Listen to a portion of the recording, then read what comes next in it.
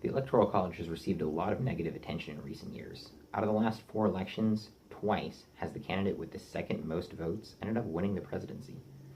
What's up with that? And this is why more and more people today are favoring that presidents are decided on a direct popular vote by the people instead of by the Electoral College, where a bunch of electors selected for each state vote for the president. But why do we have the Electoral College anyways? See, back in 1887, at the Constitutional Convention, there was a dispute about whether small states or large states should have more power. The New Jersey plan, put forth by the New Jersey delegation, favored small states by giving each state 1 senator in Congress, putting them on equal grounds. However, Virginia had a different idea, that there should be 2 houses, each based on a number of representatives equal in proportion to the population of each state, which would favor larger states because they'd have more representatives.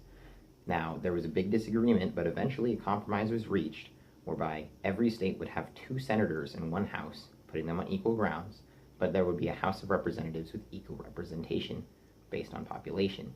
So Virginia would have more representatives, but the same number of senators as New Jersey would.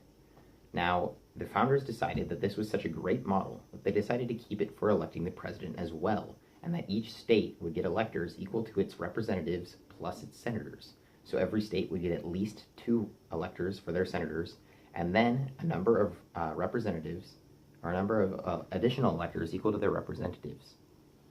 Now, this means that the minimum that any state can have for electors to the Electoral College is 3, 2 for their senators, and at least 1 for a representative that they have in the House of Representatives, even if their population is a smaller percentage of the total electorate than what 3 out of the total is.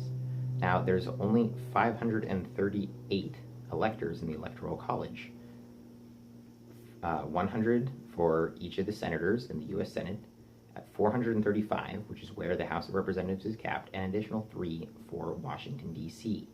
This means that residents in Wyoming actually have a greater share of the Electoral College vote than residents in larger states like California. And a lot of people think this is undemocratic, especially because it means that for presidential candidates which win the smaller states, they have a higher likelihood of getting a majority of the Electoral College votes without getting a majority of the popular votes.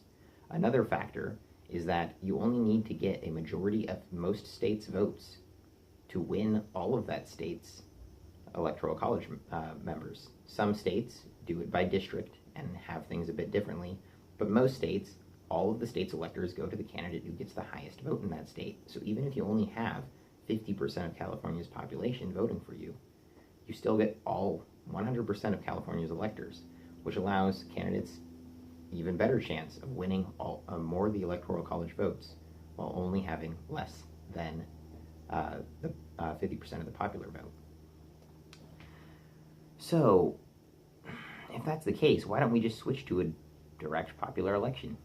See, the problem is that we can't base a direct popular election based on majority vote, because even in cases where the candidate with the most votes lost the presidential election, because the candidate with more Electoral College but less popular vote won, no candidate got a majority.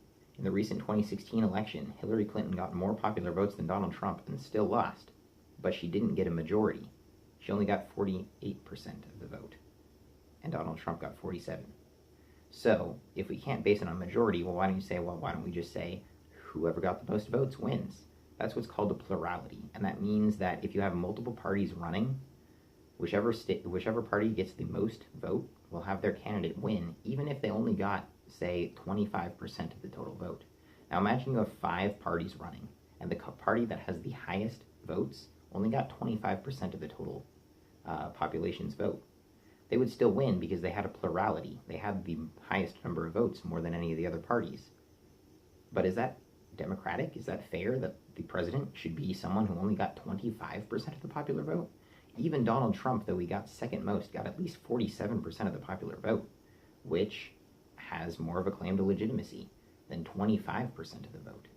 On top of that, you have to go with location. A lot of people oppose changing the Electoral College to a direct popular vote because the Electoral College requires candidates to have a broad appeal across many different states and many different areas, whereas switching to a direct popular vote would allow candidates to target only the most populous centers and ignore less populated states and less populated areas, even of states that have a large population. We lose that broad appeal when we switch to a direct popular vote, which is another reason to keep the Electoral College where it is.